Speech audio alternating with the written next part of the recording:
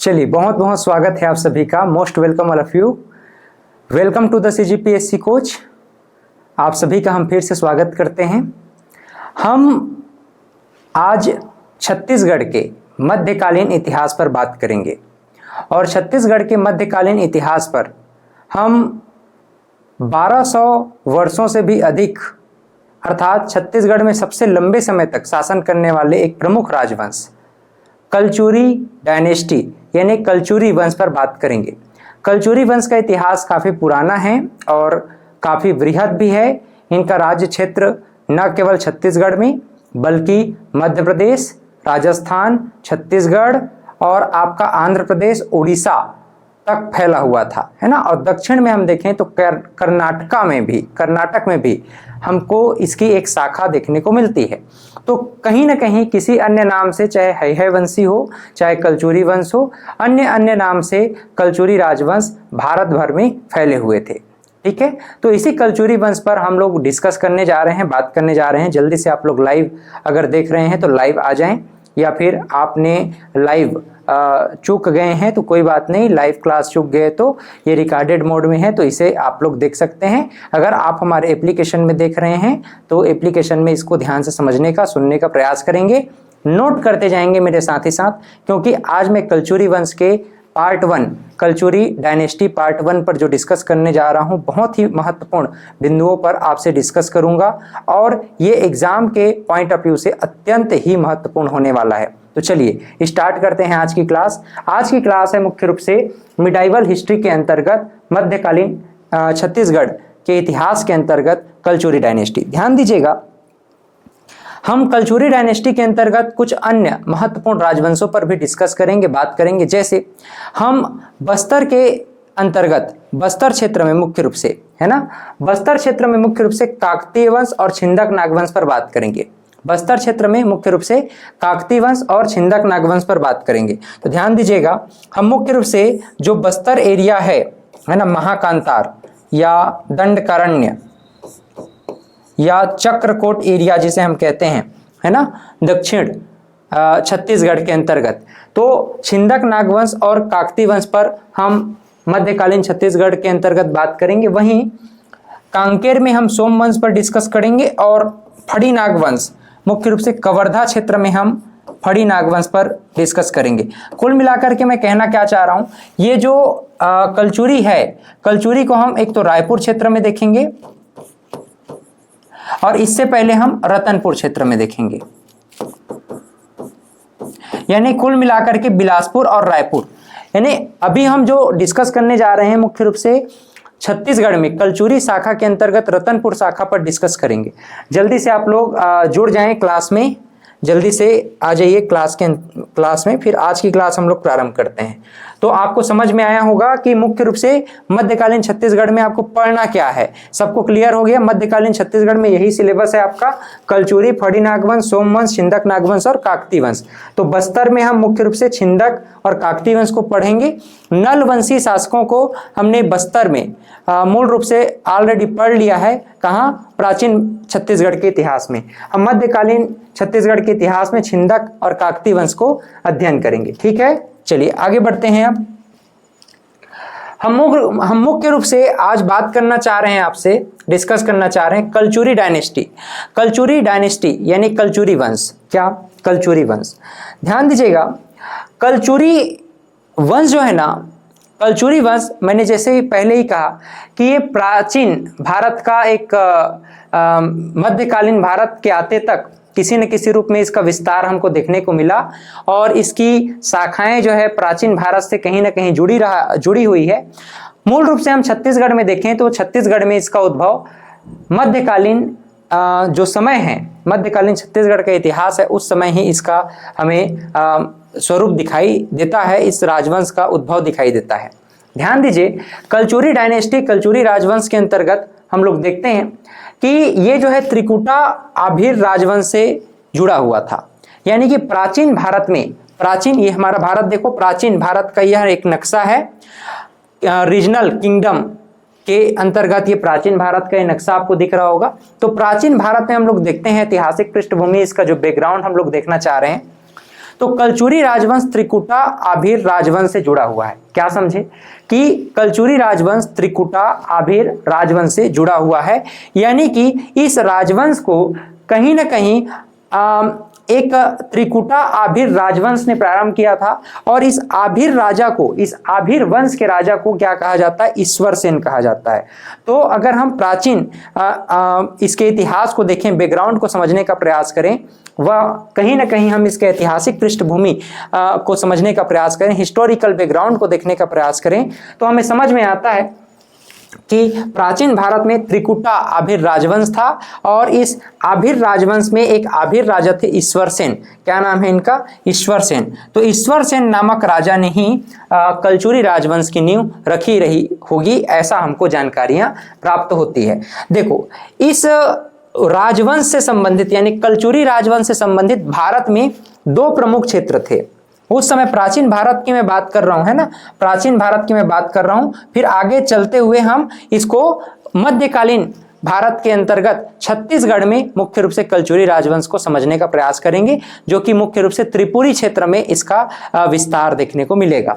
अब देखो, इस नाम से दो प्रमुख राजवंश थे भारत में, कलचुरी नाम से दो, कल्दचुरी, कलचुरी, कोचोरी, इस प्रकार से अलग अलग नामों से इसको पुकारा करते हैं। भाषा के नाम से नाम डिफरेंट हो जाते हैं, जैसे कि कियासलो कह दिया किसने, तो वेनसांग जो है कियासलो कह रहे हैं। क्यों कह रहे हैं भाई? क्योंकि उनकी लैंग्वेज में कौशल कियासलो है। तो इस प्रकार से लैंग्वेज का डिफरेंस हो जाता है। और भारत तो वैसे भी सैकड़ों भाषाओं और बोलियों से मतलब कि बोलने जाने वाले लोग यहाँ पर रहते हैं, तो अलग अलग क्षेत्र में नाम जो है अलग अलग हो जाता है, प्रोनाउंसिएशन, उच्चारण अलग हो जाता है। अब देखिए, ईश्वर सेन ने, हमने देखा कि त्रिकुटा आभिर राजवंश से संबंधित रहे होंगे और इन्होंने ही इस राजवंश को स्थापित किया होगा। यहां तक तो सबको समझ में आया। अब ध्यान दीजिए, इस नाम से ना दो राजवंश पूरे भारत में फैले हुए थे। कितने राजवंश बताओ, कमेंट करो। दो राजवंश फैले हुए थे। देखो, ये दो राजवंश कहां कहां पर हैं, इनको आप समझने का प्रयास करिएगा। भारत के अंतर्गत ये दो राजवंश प्रमुख रूप से एक तो मध्य और पश्चिम भारत में फैले हुए थे, मध्य और पश्चिम भारत में फैले हुए थे। यहां पर आप ध्यान दीजिएगा, मध्य और पश्चिम भारत के अंतर्गत, मध्य और पश्चिम भारत के अंतर्गत ये एक आपको राजस्थान वाला एरिया दिख रहा है, ठीक है, ये पहला एरिया आपको दिख रहा है राजस्थान वाला एरिया, और एक आपको सेंट्रल एरिया आपको दिख रहा है जो मध्य भारत से संबंधित है ना। तो एक तो मध्य प्रदेश आप ध्यान में रखेंगे और दूसरा याद रखेंगे राजस्थान, ठीक है। तो इसका जो आभिर राजवंश है, ये आभिर राजवंश में कलचुरी राजवंश हम छत्तीसगढ़ में देखते हैं कि एक तो सेंट्रल या उत्तर भारत में हम दो प्रमुख जगह हैं जहां पर ये फैले हुए थे। एक तो मध्य भारत में मध्य प्रदेश और पश्चिम भारत में राजस्थान। वहीं अगर साउथ इंडिया की बात करें, साउथ इंडिया, तो साउथ इंडिया में कौन सा प्लेस है? कर्नाटका। साउथ में कौन सा प्लेस है? कर्नाटका। तो मुख्य रूप से हम लोग देखते हैं कि ये जो आभिर राजवंश है, जिसको हम कलचुरी राजवंश के नाम से जान रहे हैं, ये भारत में प्रमुख रूप से दो भागों में फैले हुए हैं, मध्य और पश्चिम भारत में मध्य प्रदेश और राजस्थान में, और दक्षिण भारत के अंतर्गत हम देखें कर्नाटका में। अगर इसको हम छोटे स्तर पर लोकेट करना चाहेंगे तो तीन क्षेत्र कह सकते हैं। एक तो मध्य प्रदेश मध्य भारत के अंतर्गत, पश्चिम भारत के अंतर्गत राजस्थान और दक्षिण भारत के अंतर्गत कर्नाटका। तो इन क्षेत्रों में कलचुरी राजवंश का विस्तार हमको देखने को मिलता है। अब देखो, इसका नामकरण कैसे चेंज हो रहा है, नाम इसका कैसे जो है बदल रहा है, इस पर हम लोग थोड़ा सा बात करना चाहेंगे आपसे। ध्यान दीजिएगा, कलचुरी राजवंश के विषय में हम लोग देखना चाह रहे हैं कि ये जो कलचुरी राजवंश है ना, ये जो कलचुरी राजवंश है, इसको मध्य प्रदेश में उत्तर कलचुरी बोलते थे। मध्य प्रदेश में क्या बोल रहे हैं? इसको उत्तर कलचुरी बोल रहे हैं। वहीं कई जगह इसको चेदीय वंशी भी कह दिया गया है। कई जगहों पर इसका नाम क्या पुकारा गया है? चेदीय वंशी कहा गया है। और आगे चल करके यही क्या कहलाए? है वंशीय कहलाए। क्या कहलाए? है वंशीय कहलाए। आगे चल करके इसे ही कल्तचुरी, और फिर इसी का अपभ्रंश क्या बन गया? फिर इसी का अपभ्रंश बन जाता है कलचुरी। क्या बनेगा? कलचुरी। तो इस प्रकार से उत्तर कलचुरी, फिर चेदीय वंशी, हैहय वंशी, कलचुरी, कल्तचुरी और अंतिम में हम लोग देखते हैं कलचुरी राजवंश के नाम से ये जाना जाता है। तो इसका एक बैकग्राउंड था, हिस्टोरिकल बैकग्राउंड था, ऐतिहासिक पृष्ठभूमि था, जिसके विषय में आपको निश्चित रूप से जानना चाहिए। चलिए आगे बढ़ते हैं। इसके बाद हम ये हैहय वंशीय जो कलचुरी राजवंश है, इस कलचुरी राजवंश को अभी हम मध्यकालीन भारत के अंतर्गत समझने का प्रयास करेंगे। और मध्यकालीन भारत में हम मुख्य रूप से मध्य प्रदेश से इसको हम छत्तीसगढ़ की ओर कैसे ये अपने राजपाट को अग्रसर करते हैं, लेकर के आते हैं, इन बिंदुओं पर भी बात करते हुए, इनके प्रमुख राजवंशों पर, प्रमुख शासकों पर बात करते हुए इस अध्याय को समझने का प्रयास करेंगे। ठीक है। अब देखिए हैहय वंशीय मध्य प्रदेश, कहाँ? हैहय वंशी मध्य प्रदेश। अब मध्य प्रदेश में हैहय वंशी के पृष्ठभूमि को समझिएगा। एक ध्यान में रखिएगा, प्रताप मल्ल नामक एक राजा होंगे जिनके बाद लगभग 200 वर्षों तक अंधकार युग आ जाएगा। तो प्रताप मल्ल जो शासक हैं वहां तक इनका त्रैकुट संवत चलता रहेगा। क्या? त्रैकुट संवत। 248 ईस्वी से इनका त्रैकुट संवत प्रारंभ हो रहा है, जो कि प्रताप मल्ल के शासन काल तक लगभग 1000 वर्षों तक चलेगा। छत्तीसगढ़ में सबसे ज्यादा लंबे समय तक शासन किसने किया? कलचुरी राजवंश ने किया। लगभग 1200 वर्षों तक शासन करने वाला राजवंश छत्तीसगढ़ में कौन है? तो कलचुरी राजवंश है। दूसरी बात, त्रैकुट संवत इनका 248 ईस्वी से प्रारंभ होता है, जो कि छत्तीसगढ़ में प्रताप मल्ल के शासन काल तक चलता रहेगा, लगभग 1000 साल तक। तो इन बातों को भी आप लोग ध्यान में रखेंगे। हैहय वंशी जो मध्य प्रदेश में है, इनका हम पृष्ठभूमि जानना चाह रहे हैं, समझना चाह रहे हैं। तो हैहय वंशीय जो शासक हैं, है ना, तो कृष्णराज नामक शासक को इनका आदि पुरुष या मूल पुरुष के नाम से जाना जाता है। यानी कि हैहय वंशीय जो एमपी में हैहय वंशी शासक रहे हैं, इन शासकों को स्थापित करने वाले इन शासकों के आदि पुरुष या मूल पुरुष के नाम से किसे जाना जाता है? कृष्ण राज को जाना जाता है।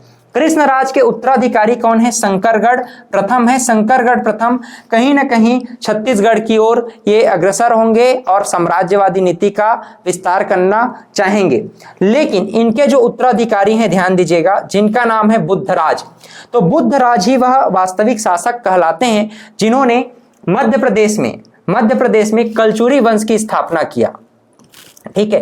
कहीं ना कहीं यहां पर ध्यान दीजिएगा, कृष्णराज या शंकरगढ़ प्रथम की बात करें तो कृष्णराज या शंकरगढ़ प्रथम कहीं ना कहीं किसी के सामंत रहे होंगे, किसी के अधीनस्थ रहे होंगे, स्वतंत्र शासक नहीं रहे होंगे। लेकिन हम बात करें बुद्धराज की, तो बुद्धराज ने मध्य प्रदेश में कलचुरी वंश की स्थापना कर दी। यानी कि यहां से हम कह सकते हैं कि बुद्धराज के द्वारा मध्य प्रदेश में कलचुरी वंश की स्थापना कर दी जाती है। आगे चल करके ये बुद्धराज के द्वारा ही हम लोग देखते हैं कि महिष्मान इनके द्वारा बुद्धराज के जो उत्तराधिकारी हैं, बुद्धराज के उत्तराधिकारी कहिएगा, जिनका नाम क्या है? महिष्मान।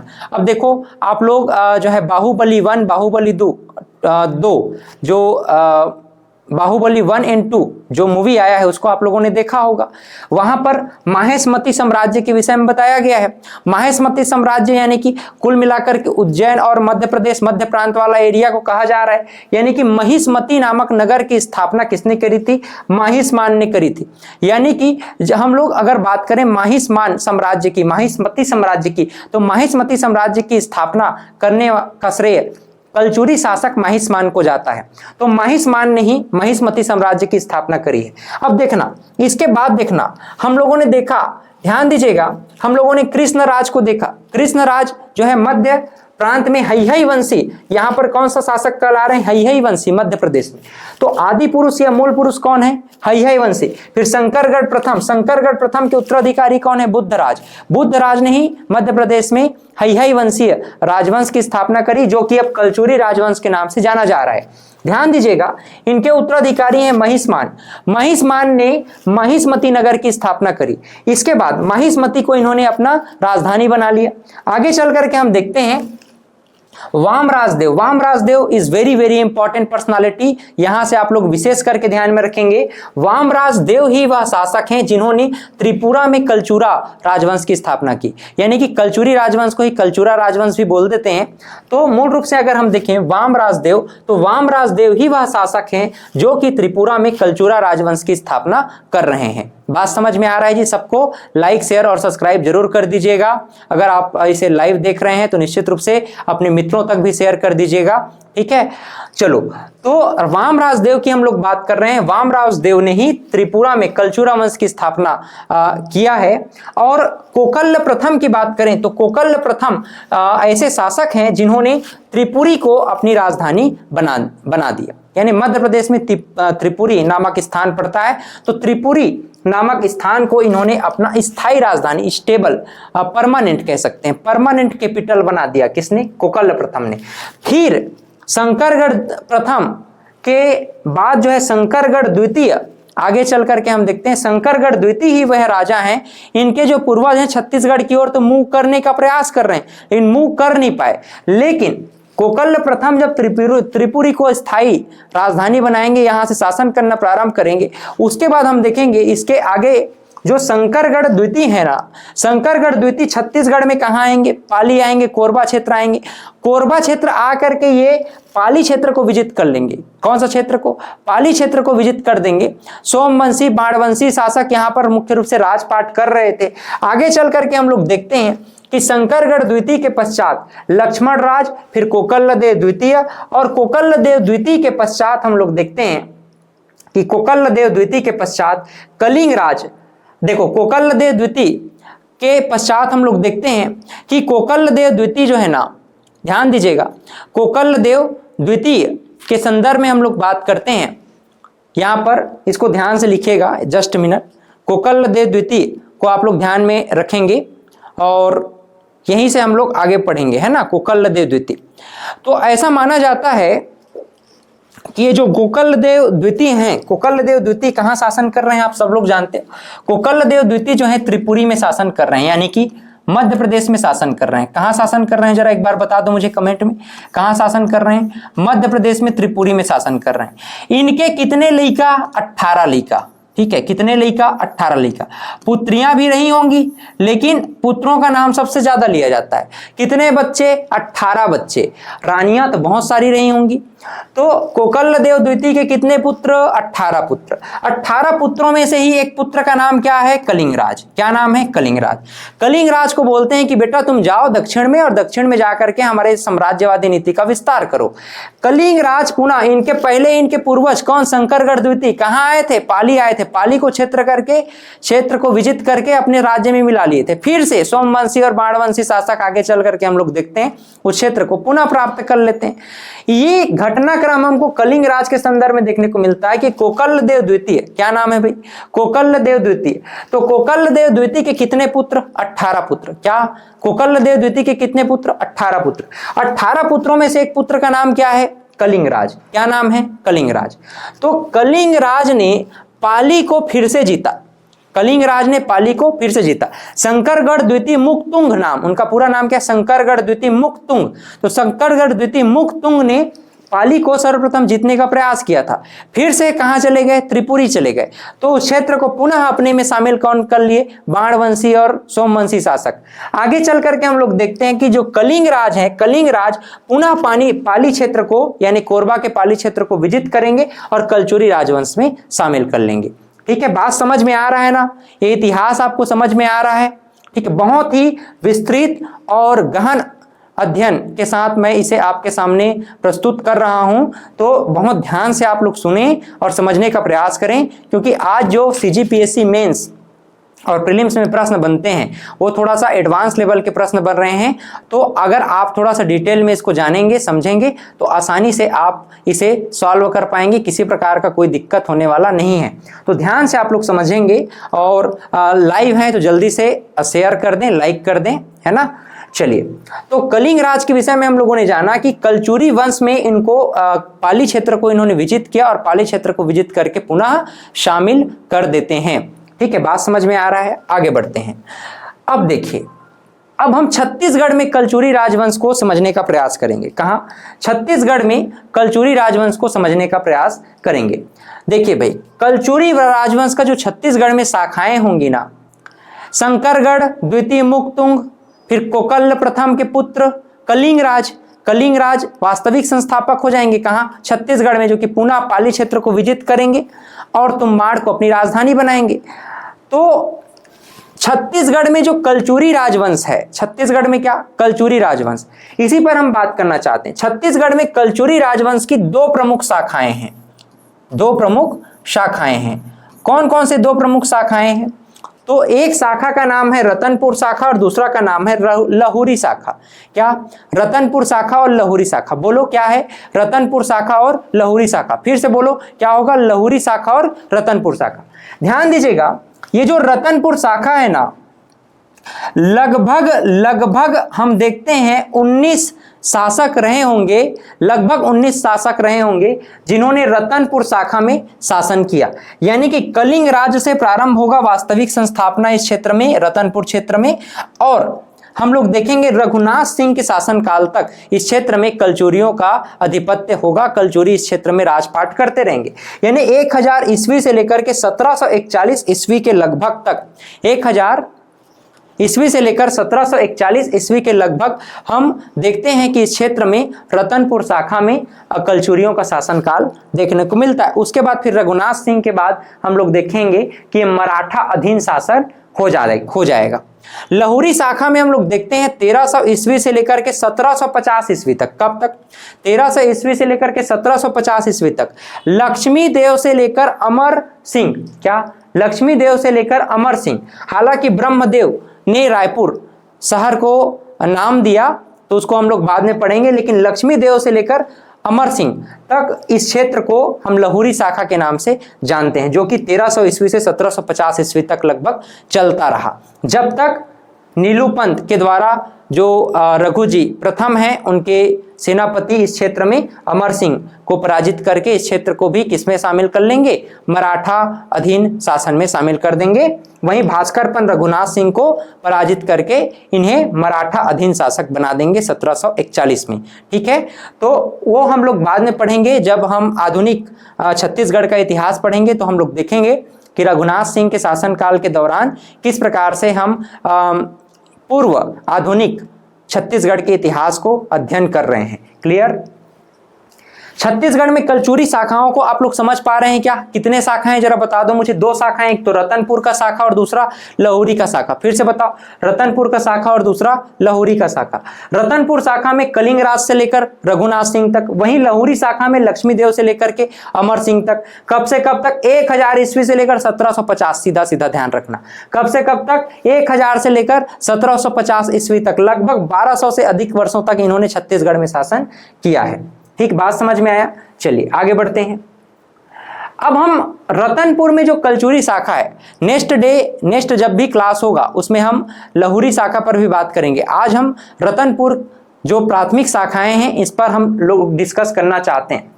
देखना, ध्यान देना, हम रतनपुर के कलचुरी शासक जो रहे हैं, शाखा रही है, ब्रांचेस रही है, इस पर हम लोग बात करना चाहते हैं। इसका पृष्ठभूमि क्या है? देखो, जैसे कि मैंने आपको बताया कोकलदेव द्वितीय।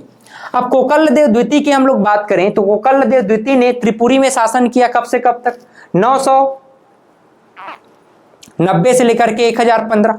इनके कितने पुत्र हैं? 18 पुत्र। कितने पुत्र? 18 पुत्र।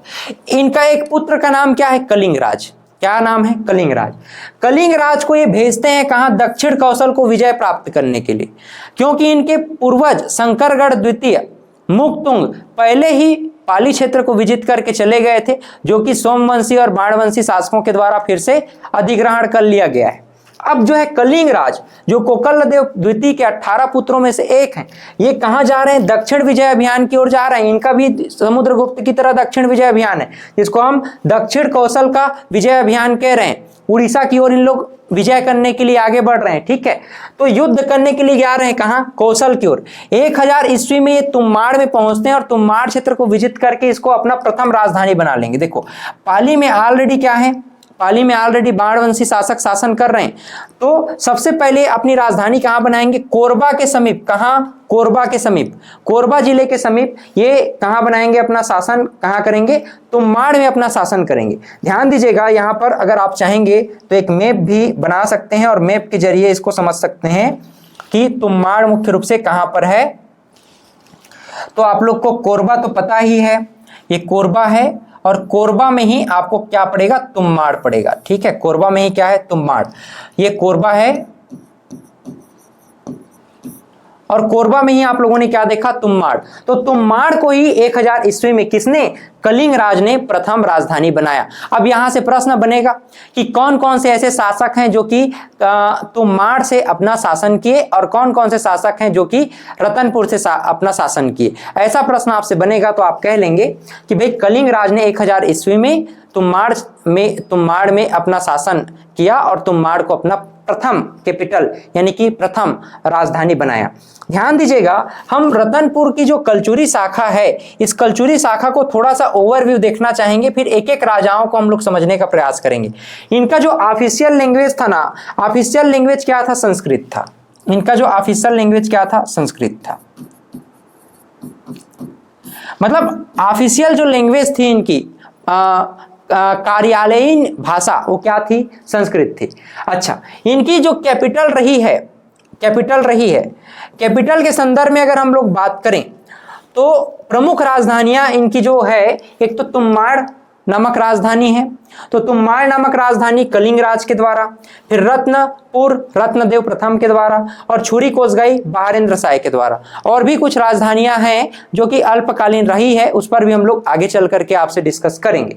कवि प्रमुख कौन है, गोपाल मिश्र कलचुरी शासन कालीन कवि हैं, और इनके गोपाल मिश्र की जो कृतियां हैं, है ना, उसके संदर्भ में भी हम लोग को बहुत सारी जानकारियां मिलती हैं। आगे चल करके हम लोग देखते हैं कुछ और भी कृतियां रही हैं जो प्रमुख कवि रहे हैं, जैसे कि खूब तमाशा इत्यादि। यहां से भी हमको इनके विषय में जानकारियां प्राप्त हो जाती हैं।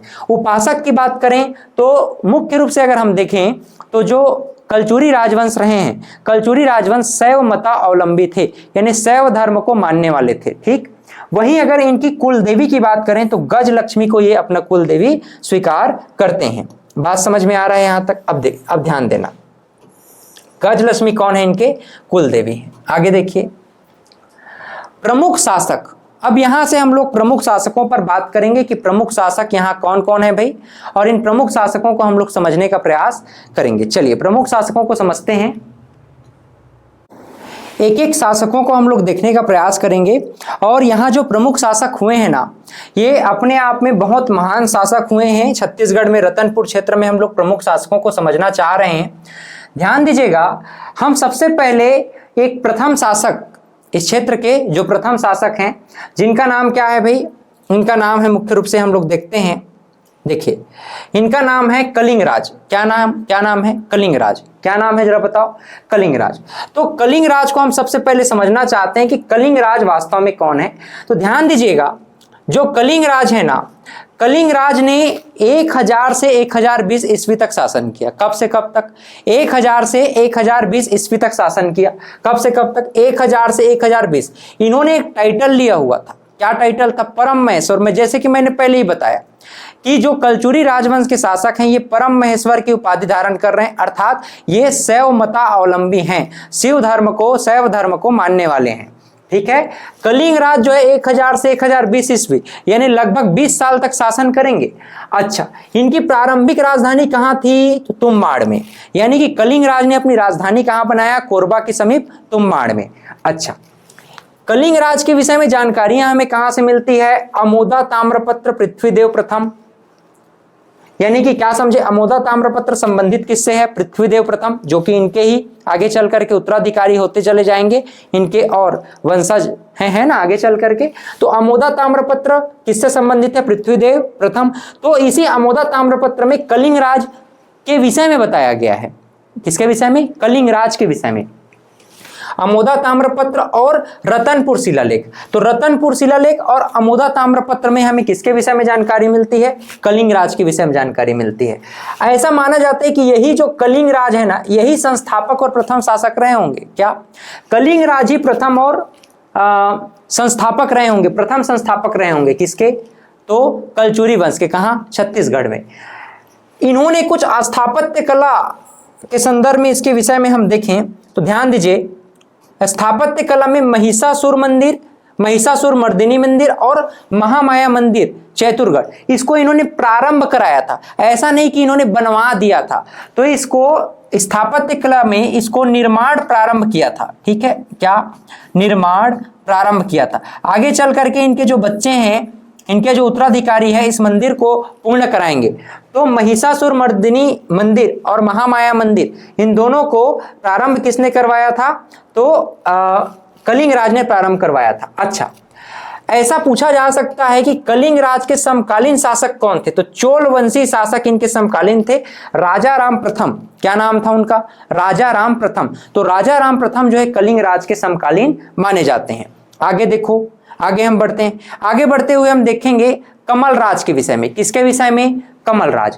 अब देखना, कमल राज का शासनकाल कब से कब तक? 1020 से लेकर के 1045 ईस्वी। कब से कब तक बताओ? 1020 से लेकर के 1045 ईस्वी तक। अब ध्यान देखना, ये जो कमल राज है ना, कमल राज को ऐसा माना जाता है बहुत ही महत्वाकांक्षी शासक थे। महत्वाकांक्षी कोई कौन नहीं होता है? आप भी महत्वाकांक्षी, हम भी महत्वाकांक्षी, संसार पूरा महत्वाकांक्षा से भरा हुआ है। महत्वाकांक्षा मतलब कि अपने महत्व की चीजों को चाह की इच्छा। आदमी अपना पद चाहता है, प्रतिष्ठा चाहता है, धन रुपया पैसा चाहता है, अपने जीवन को सरल बनाना चाहता है। ये भी अपने आप में क्या है? महत्वाकांक्षा ही है।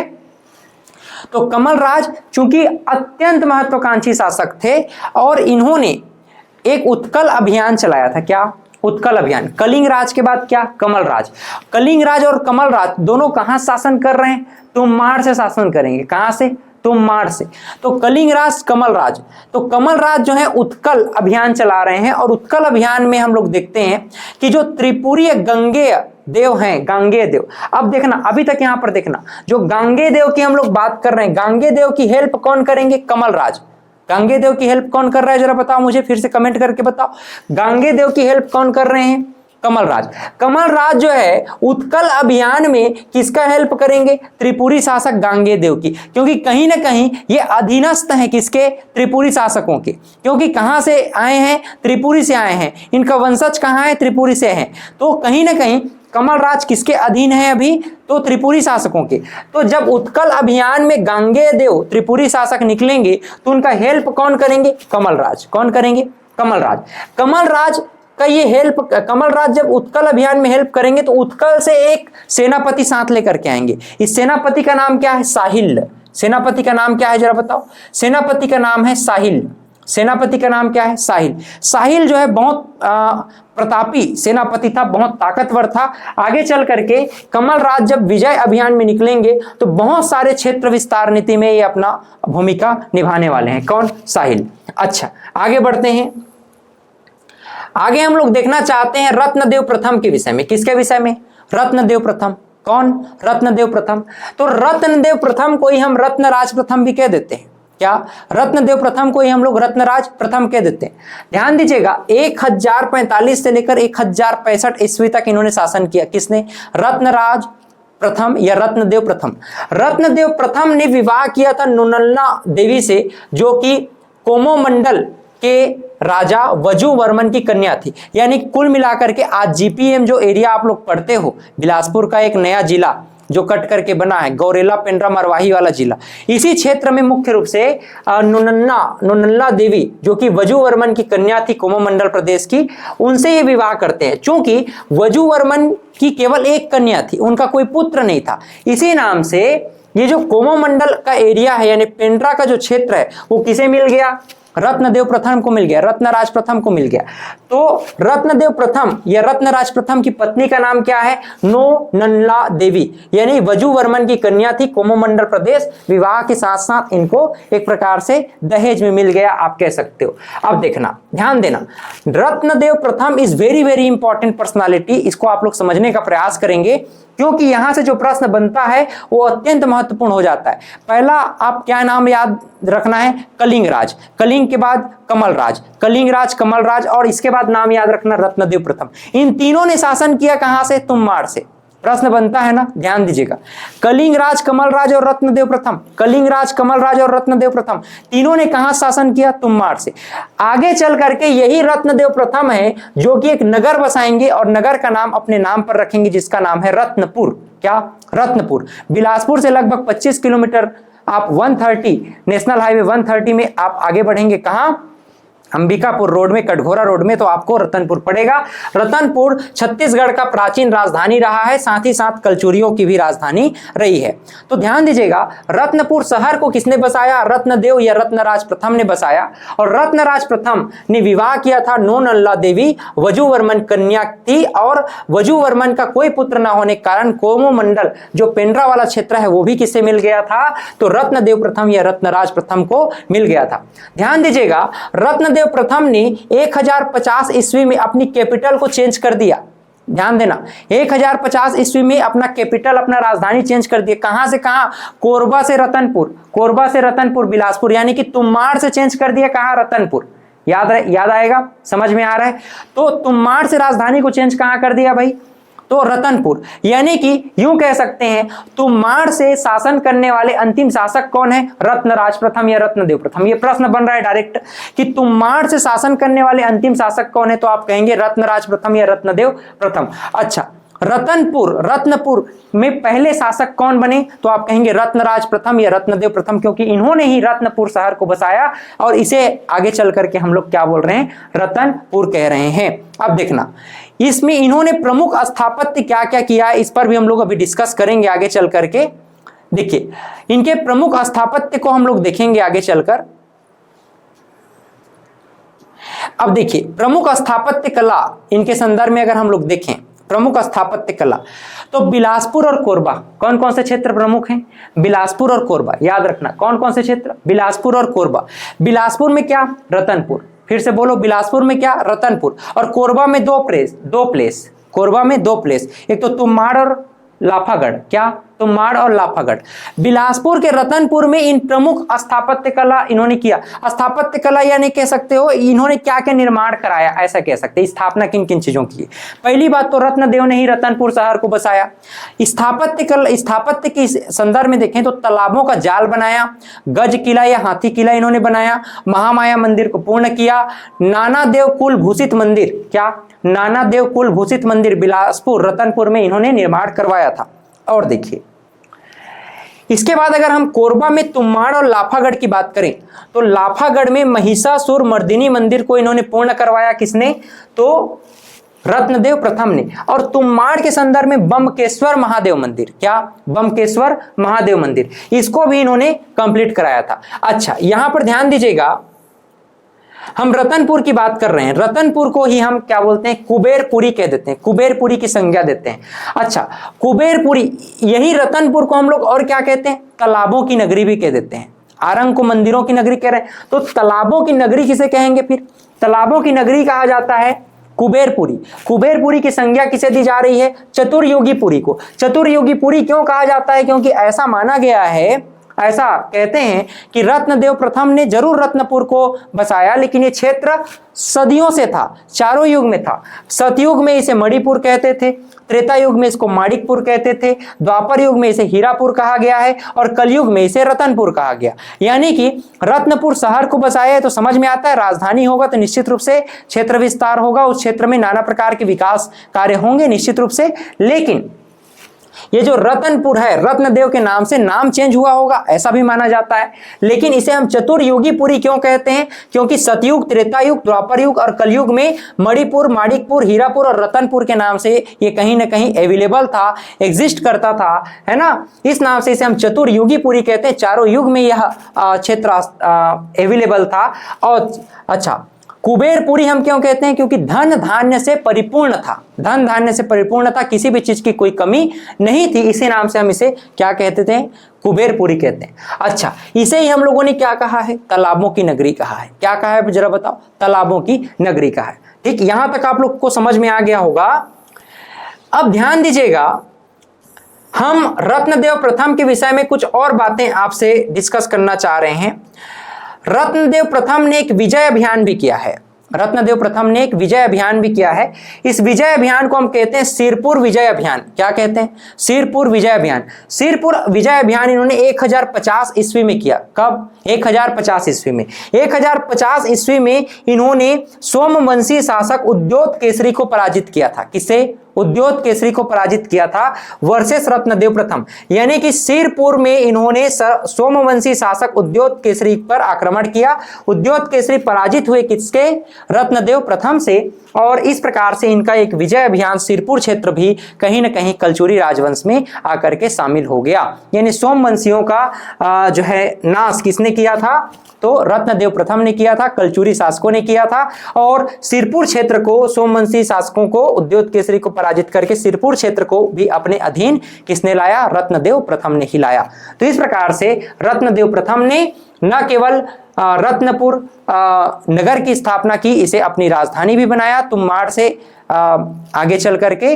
और हम देखते हैं कि 1050 में जब ये रतनपुर के प्रथम शासक और तुम्माड़ के अंतिम शासक कहे जा रहे हैं, इन्होंने बिलासपुर और कोरबा क्षेत्र में, रतनपुर, तुम्माड़ और कोरबा में बहुत सारे स्थापत्य कला को जो है अंजाम दिया। और इस प्रकार से हम लोग देखेंगे आगे चल करके पृथ्वीदेव प्रथम, इनके जो उत्तराधिकारी हैं उनका नाम क्या होगा? पृथ्वीदेव प्रथम। तो पृथ्वीदेव प्रथम कौन है? पृथ्वीदेव प्रथम उत्तराधिकारी किस प्रकार से इन्होंने क्या क्या क्षेत्र पर अपना विस्तार किया, कौन कौन से प्रमुख कार्य किए, इस पर हम लोग डिस्कस करेंगे।